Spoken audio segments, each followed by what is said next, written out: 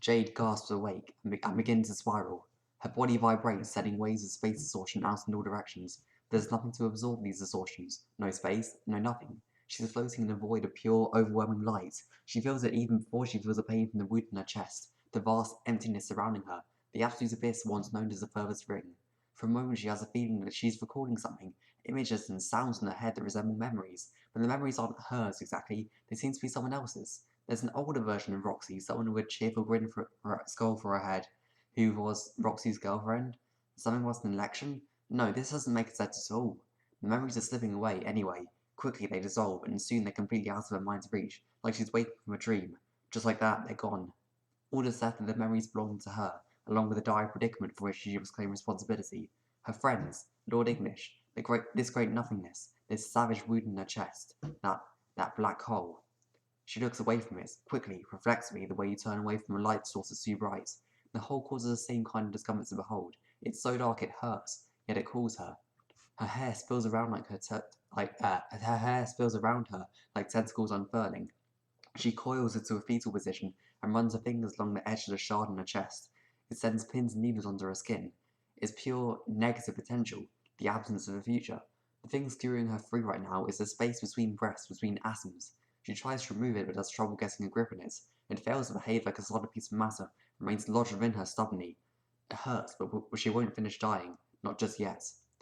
She unfolds, blinking against the vast, empty light around her. Her memories crease as she moves, filling her mind with the knowledge of the last few hours. She's 16, she thinks, trying to orient herself, and she just fought Lord English after being plucked out of a doomed timeline. At least, if you can call what she did fighting. But what was that dream? It was significant, she knows that much.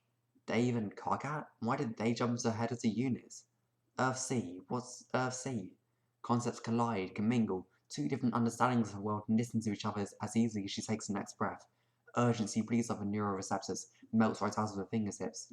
She lets herself float, unmoored, carried along an ebb tide in a space that only she can perceive. She wonders if anyone else survived. She wants to see John. She didn't notice the moment she turned her gaze back toward the black hole, but now she couldn't look away if she tried. In slow, hazy spirals, it beckons her. The longer she stares at it, the deeper she peers into the folds of infinite atrophy, and the louder it gets. Loud? She only now notices there is sound emanating from it, but not the kind physical ears can detect. The whole has a voice, one that becomes material, the more expanding black sphere dominates her senses. Jade's wound throbs. She hears a voice fill up the dark space between her ribs. It's calling to her from the center of the depth of everything. She kicks off her ruby red slippers and drifts ever closer. Come. What the fuck? Forget I said that. Jade leads into her accelerating descent. She listens for another command, but the hole has seemingly said what it will. She considers asking who is speaking, but her mouth stays shut, powerless against the forces transfixing her. Jade has no way of knowing who this voice belongs to.